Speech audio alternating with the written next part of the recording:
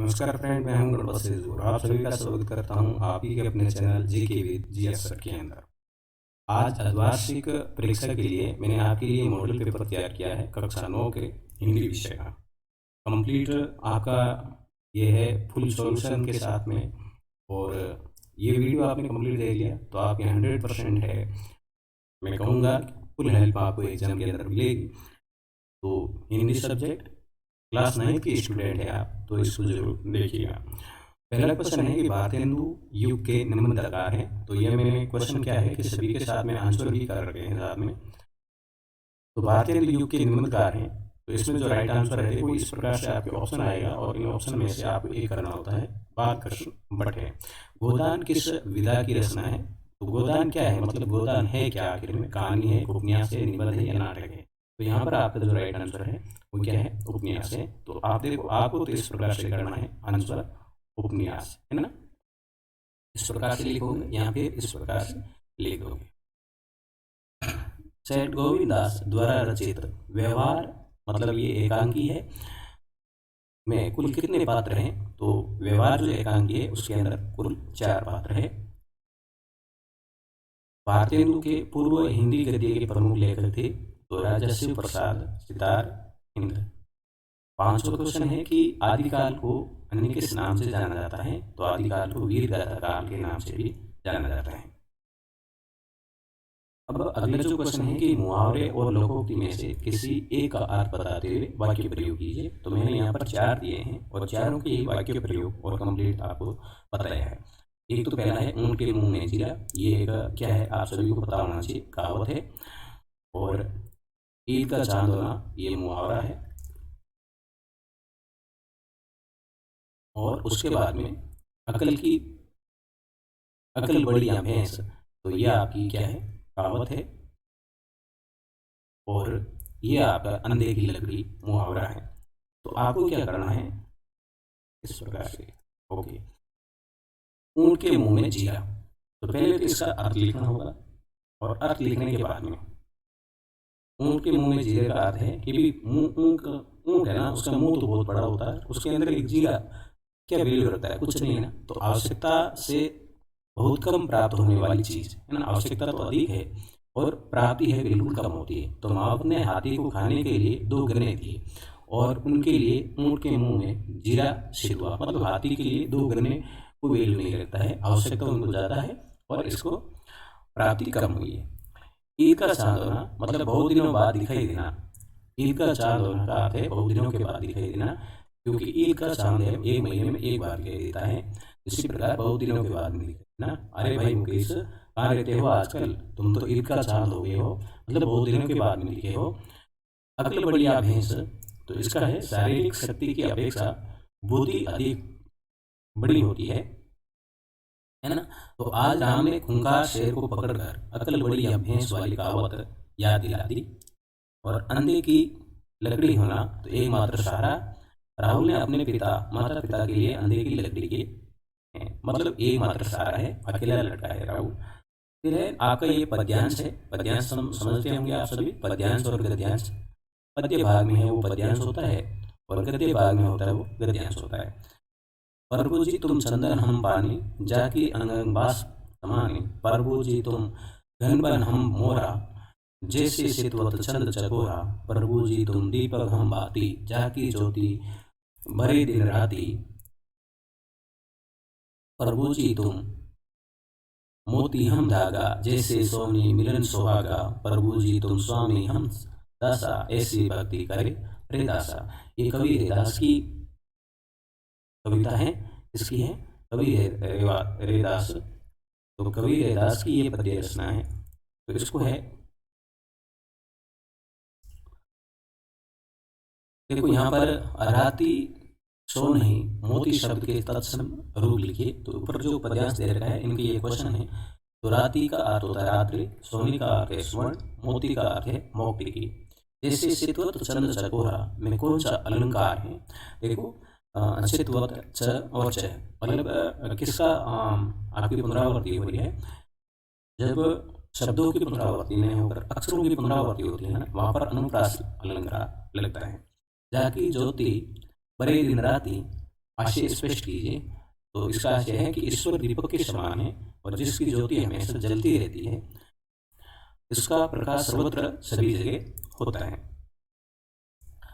यहाँ पर ये क्वेश्चन है आपके लिए कि महादेवी जो वर्मा है उसका लेखक परिचय देते हुए उनकी किन्हीं 2 रचनाओं के नाम लिखिए। तो आपका एक क्वेश्चन तो इस प्रकार से 100% है, महादेवी वर्मा, है ना। बहुत सारे लेखक हैं, तो उन लेखकों का परिचय याद करते हुए और उनकी 2-4 रचनाएं हैं उनका नाम याद आपको करना है।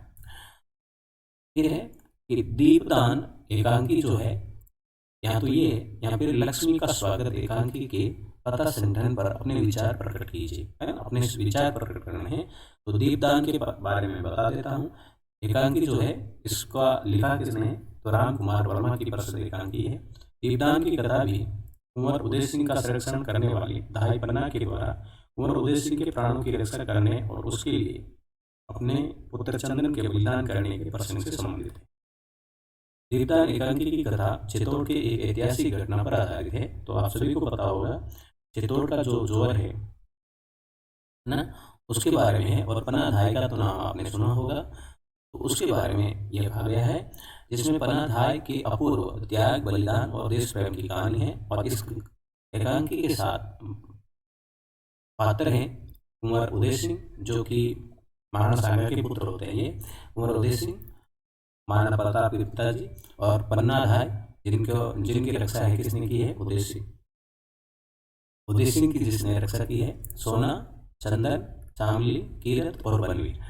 महाराणा सांगा की मृत्यु के बाद उसका पुत्र कुंवर उदय सिंह राज सिंहासन का उत्तराधिकारी था, परंतु उनकी आयु मात्र कितनी वर्ष थी, 14 वर्ष होने के कारण महाराणा सांगा के भाई पृथ्वीराज के दासी पुत्र बनवीर को राज्य की देखभाल के लिए नियुक्त किया गया था। धीरे धीरे वे राज्य हड़पने की योजना बनाने लगा। ये तभी हो सकता था जब वे अपने रास्ते के सबसे बड़े कंकड़ कुंवर उदय सिंह को मार्ग से हटा दें, मतलब उनको क्या कर दें, मार दें, तभी है वो राजा बन सकता था। दूसरी ओर स्वामी भक्ति पन्ना धाई, जो कुंवर उदय सिंह की धाई माँ थी, धाई माँ समझते हो आप, जिसका पालन पोषण करती है। तो पहले ऐसे हुआ करता था, रानी है खुद है पालन पोषण नहीं करके अपने जो पुत्र है उनके लिए धाई माँ रखा करती थी, के कारण उनका बाल विवाह नहीं होने देती थी। अतः बनवीर ने कुंवर उदय सिंह को अपने रास्ते से हटाने के लिए रात के समय महल में दीपदान का आयोजन किया। किसका आयोजन किया, दीपदान का। और इस दीपदान की आड़ में उसका उद्देश्य कुंवर उदय सिंह की हत्या करना था। ये तो आपकी थी उसके बारे में। अब लक्ष्मी का स्वागत जो एकांकी है, उसके लेखक कौन है, उपेंद्र नाथ अशक है, के द्वारा लिखी गई और सामाजिक मान्यताओं पर गहरी शोध करने वाला एक मर्म स्पर्शी एकांकी है। एकांकी की पृष्ठभूमि पारिवारिक होने के कारण के बावजूद ये संवेदनशील और सामाजिक मान्यताओं पर गहरी शोध करता है। कहानी का मुख्य पात्र रोशन एक मध्यम वर्गीय व्यक्ति है। प्रस्तुत एकांकी का शीर्षक लक्ष्मी का स्वागत सर्वथा सटीक और सार्थक है। एकांकी की सारी घटनाएं इसी शीर्षक पर केंद्रित हैं। उदय रोशन की पत्नी की असामयिक मृत्यु हो जाती है और उसका बेटा अरुण डिप्थीरिया नाम के रोग से पीड़ित मृत्यु शैया पर पड़ा जीवन की अंतिम सांसें ले रहा है। उसके चलाचली का समय निकट आ गया तो उधर उसके माता पिता ने उसकी दूसरी शादी करने की मन में ठान रखी है। पिता का ये कथन है कि घर आई लक्ष्मी का निरादर नहीं कर सकता। कितना हास्यास्पद और उपहासजनक प्रतीत होता है। इस प्रकार एकांकीकार अश्क जी ने व्यक्ति के मन में अवस्थित धन की लोलुपता की को उक्त शीर्षक के माध्यम से बड़ी सूक्ष्मता के साथ में दिखलाया है। अति लक्ष्मी का स्वागत शीर्षक 100% उचित और उद्देश्यपूर्ण है। तो यहाँ पर ये इस प्रकार के आपकी एकांकी आएगी, उसमें आपके शब्द है वो लिखने होंगे। फिर है आपका एक शुल्क मुक्ति पर प्रार्थना पत्र लिखना है, ठीक है। सेवा में प्रधानाचार्य सेजु माध्यमिक विद्यालय जालोर शुल्क मुक्ति के लिए प्रधानाचार्य प्रार्थना पत्र, ठीक है ना, शुल्क मुक्ति के लिए। और स्वयं नंबर निवेदन है कि मैं स्कूल में पढ़ता हूँ, यहाँ पर